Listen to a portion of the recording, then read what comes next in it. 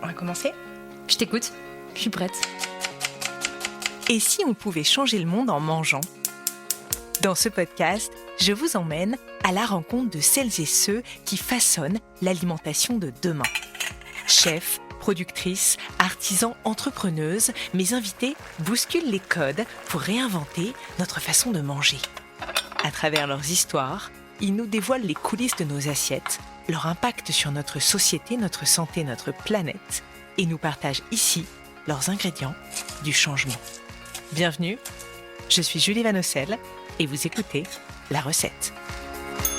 La recette. La recette de quoi, du bonheur? Alors j'en ai plein des recettes. Donc je vais vous donner la recette la plus simple. Il y a une recette que j'aime beaucoup. Moi, je reste toujours fidèle à la recette. Tu veux que je te donne une recette là tout de suite? C'est une nouvelle recette en plus, il y a marqué sur le packaging. C'est sûr qu'on peut changer le monde en mangeant.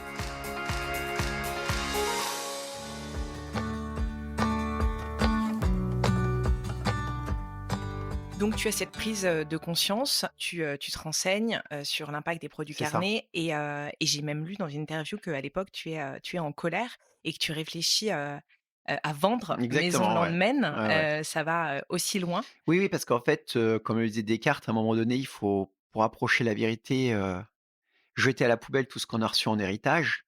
Et je veux dire, quand on s'est basé, quand on a une construction sur un héritage, enfin des croyances fortes sur l'idée qu'on se fait de la façon dont on devrait fonctionner le monde et qu'on s'aperçoit qu'on a fait fausse route, c'est pas évident de se dire bah, je me suis trompé.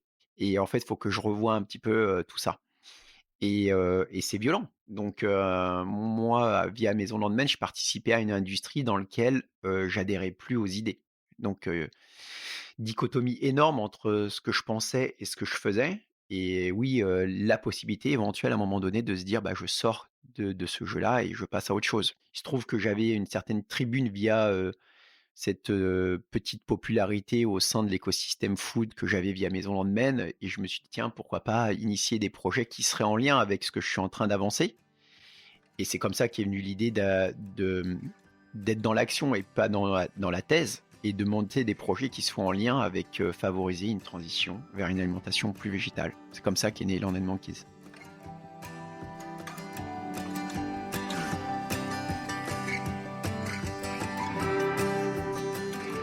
Donc tu as l'idée de créer Land Monkeys, une boulangerie végétale, sans beurre, sans œufs, sans lait. Un défi ambitieux. Oui. Oui, un défi pour un professionnel. Moi, je suis un pur produit de la gastronomie française, comme je dis tout le temps, vraiment. Le profil qui a été formé dans les grandes maisons avec les grands chefs, qui a fait sa formation chez les compagnons. Donc vraiment un héritage fort sur la façon dont on conçoit le sucré, la pâtisserie, ce métier-là, qui est une longue tradition de générations qui se transmettent le témoin et qui font évoluer à la marge, en vérité, le métier qui a très peu évolué. Les techniques sont les mêmes et du coup, me dire que j'allais travailler sur une pâtisserie, enfin sur une boulangerie-pâtisserie dans lequel j'allais soustraire tous ces produits dont on m'avait dit qu'il fallait absolument avoir ces produits de qualité pour faire des bonnes choses, c'était un défi intellectuel d'abord. Et l'idée, de partir d'une feuille blanche, elle m'a beaucoup excité. Parce qu'en fait, quand on me posait la question sur Maison Landmen, je disais tout le temps que j'inventais rien et que je reproduisais des choses que j'avais apprises, mais je le faisais, correctement. Je faisais bien mon métier de boulanger-pâtissier.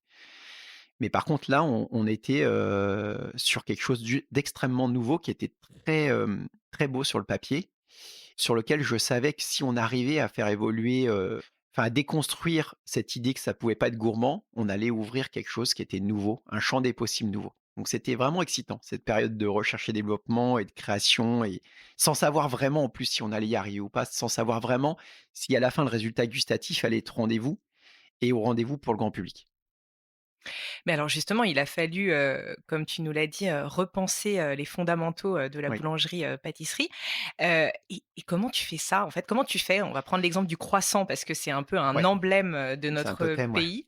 Hem, Comment on fait un croissant végétal qui soit gourmand? Bah, Comment en tu fais? fait, alors le croissant, c'est vraiment le totem parce que lui, c'est le croissant au beurre, on rajoute tout le temps. Donc il y a déjà la notion de, bah, oui, il faut que ce soit au beurre, ce qui est vrai. Mais il faut pas oublier qu'aussi, à l'époque, il y avait aussi des croissants dits ordinaires qui étaient faits à la margarine, qui étaient souvent un peu moins chers que le croissant au beurre qui était réservé un peu au luxe ou peut-être au dimanche. Et d'ailleurs, la place de la protéine animale, elle était toujours un peu festive, un peu entre parenthèses parce que c'était plus cher. Et du coup, bah, pour le croissant au beurre, on s'est juste dit quel type de matière grasse de qualité on peut trouver sur le marché, qui vont se soustraire au beurre et qui vont nous permettre de faire un croissant, gourmand, bon. Et donc on a travaillé avec des industries, des startups pour développer des matières grasses d'origine végétale, qui avaient un point de fusion beaucoup plus bas, qui avaient une texture, un arôme qui était, sympathique. Et on a co-évolué, co-travaillé pour, juste, en fait, développer des matières premières qui nous permettaient d'avoir un produit final qui soit, le plus proche possible de ce totem immense qu'est le croissant au beurre. Voilà.